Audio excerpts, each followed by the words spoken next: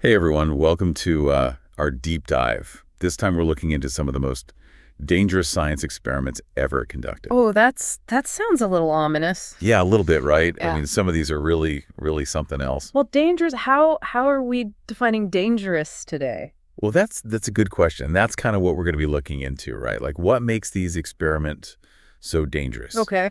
So the source material for this is an article called 10 Most Dangerous Science Experiments Ever, conducted from a website, 10mosttoday.com. Oh, all right. But like I said, we're not just going to be like, oh, here's the list, we're done.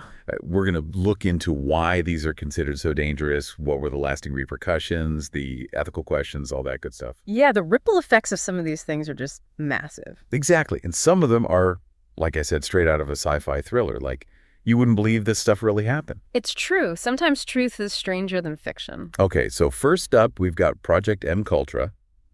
I mean, even the name sounds crazy, right? Mm-hmm. Yeah, it's like straight out of a spy movie. Right. So it's the CIA. We're talking mind control, LSD, sensory deprivation, psychological torture. Ah, they were really going for it, huh? Yeah, it was like the whole Manchurian Candidate thing, Yeah. trying to create assassins or spies who could be controlled. It's wild to think that that was actually something they were seriously pursuing. And a lot of this was happening during the Cold War, right? Right. A lot of the impetus behind MKUltra was this intense fear of Soviet mind control techniques. So it was like an arms race of the mind. Pretty much, they were afraid of falling behind, so Yes. they poured resources into this project trying to weaponize consciousness. It's kind of ironic, though, right? Vietnam. Because they destroyed most of the MKUltra documentation. Oh, really? Yeah, so just creating more suspicion and mystery around the whole thing. Oh, absolutely. Yeah. I mean, if they were really just doing harmless research, why cover it up so thoroughly? Exactly. So it makes you wonder what they were really up to, how far they might have gone. Makes you Okay, so speaking of crossing ethical lines, let's talk about the Tuskegee syphilis experiment. Ugh.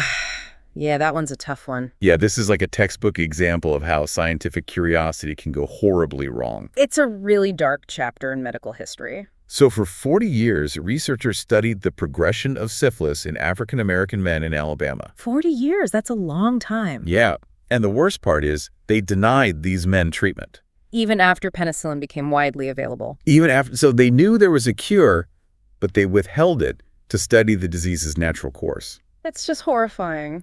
It is, and the legacy of this study is a deep mistrust of medical authorities, particularly within the Black community. And rightfully so. I mean, how could you trust a system that betrayed you like that? Exactly. It's a stark reminder of how important it is to have diverse voices in research to make sure ethical considerations are always at the forefront. Couldn't agree more. Okay, so let's shift gears a bit to something that feels a little more apocalyptic. The Soviet Union's exploration of weaponizing the plague.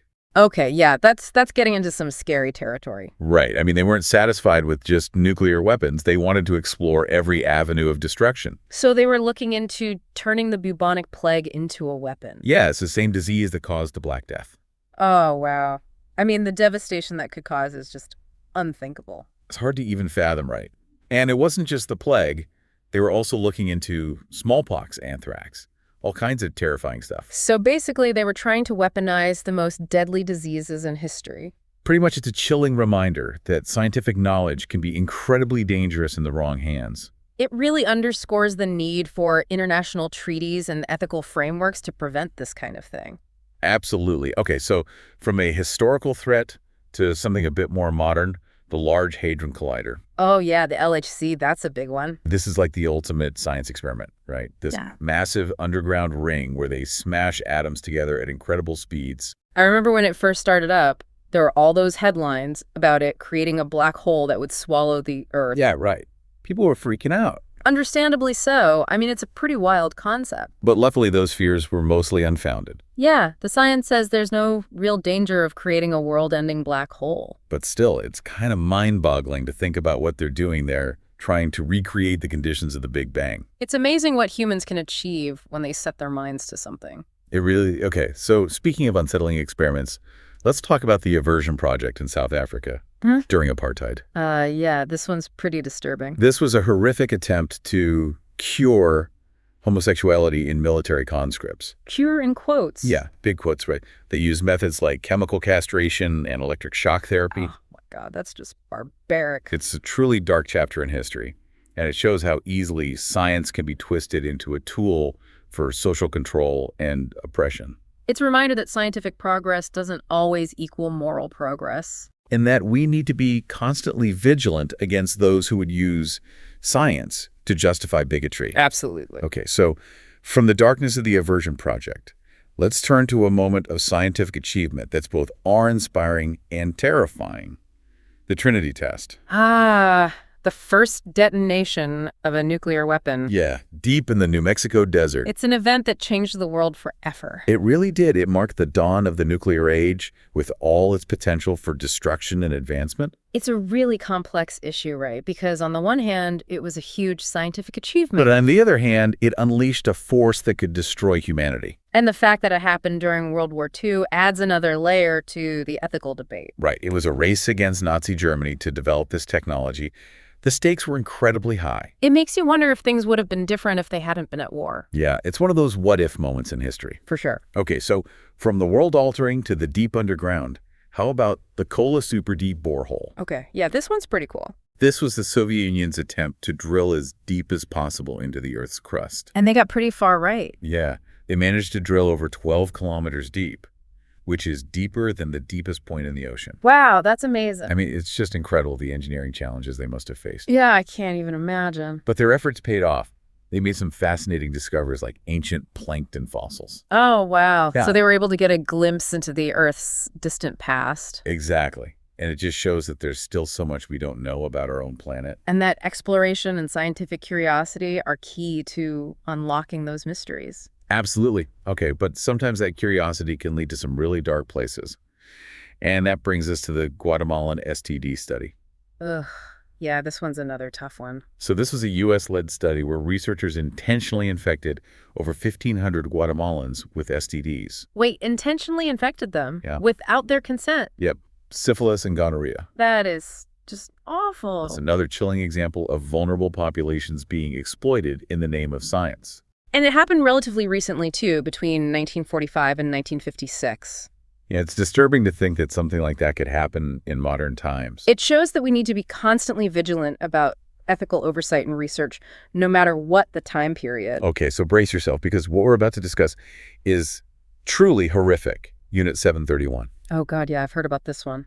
This was a secret Japanese program during World War II where they conducted some of the most brutal experiments imaginable on prisoners of war and civilians. I can't even imagine what they did. We're talking vivisection amputations, forced pregnancies, biological warfare testing. Oh, my God, that is just beyond evil. It's a stark reminder of the potential for human depravity and how easily scientific knowledge can be used for evil purposes. It's a dark chapter in human history, for sure. And sadly, Unit 731 is not an isolated incident. It reflects a broader pattern of wartime atrocities committed in the name of science. Yeah, it makes you wonder how people can justify doing such horrific things. Okay, so last but certainly not least, we have the Nazi concentration camp experiments. All right, the ultimate example of science gone wrong. Just the name sends chills down your spine, right? It does. We're talking hypothermia experiments, malaria infections, forced sterilizations, all kinds of torture disguised as research. And of course, the infamous Joseph Mengele, the angel of death. Yeah, his obsession with twins, particularly Roma and Jewish twins, is just horrifying. It's a reminder of how easily scientific curiosity can be perverted by prejudice and hatred. And the legacy of these Nazi experiments continues to haunt us to this day. It's a stark reminder that we must never forget these atrocities and always fight against any ideology that seeks to justify them. Absolutely. It's a lot to process, for sure. You know what really strikes me, though? It's like all these experiments, even though they're decades apart, they all share these ethical failings. It's true. Like, we haven't really learned from our mistakes. Not entirely. It makes you wonder, like with Project MKUltra, you'd think mind control experiments would be a thing of the past, But they're not. No, not really. I mean, think about social media algorithms, targeted advertising AI, and its potential for manipulation. Oh, yeah. It's like MKUltra just evolved. Right. It's like a Black Mirror episode. Totally. And the Tuskegee study, too, as awful as it was, it also points to a bigger issue that we're still dealing with. What do you mean? Well, the fact that they chose to study syphilis in black men, it wasn't random. Yeah, you're right. It's part of a long history of medical racism.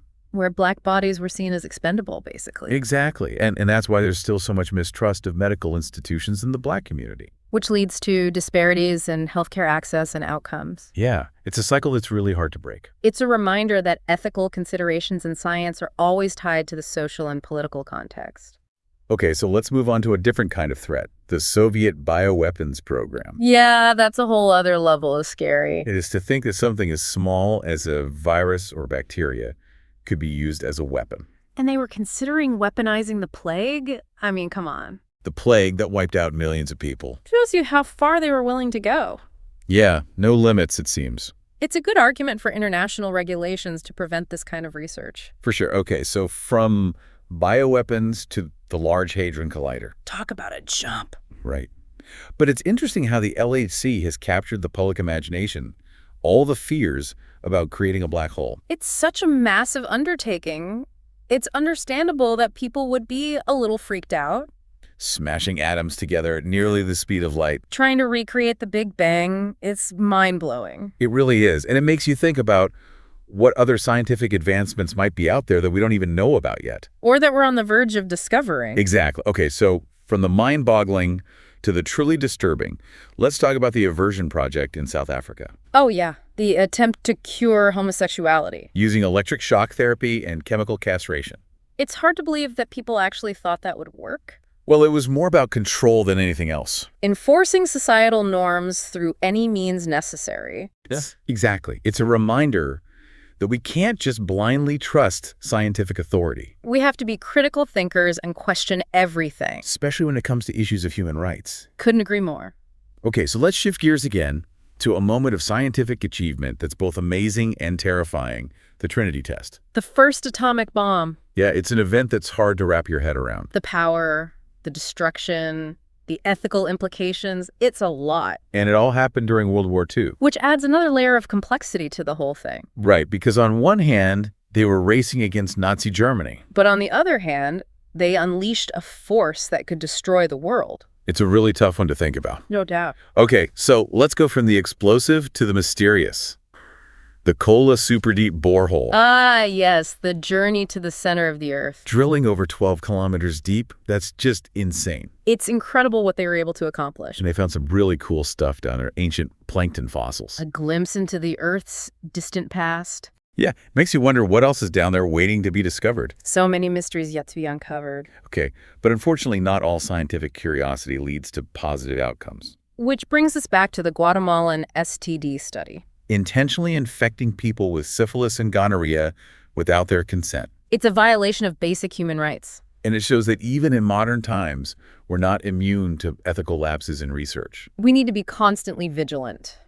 Okay, so we've talked about some pretty disturbing stuff, but this next one is truly horrific. Unit 731. Yeah, this is one of the darkest chapters in human history. The Japanese army using prisoners of war and civilians as test subjects. Subjecting them to unimaginable horrors, vivisection amputations, forced pregnancies, biological warfare testing. It's hard to even comprehend the level of cruelty. It's beyond comprehension. And it's a reminder that we're capable of great evil as well as great good. And that we need to constantly guard against that darkness.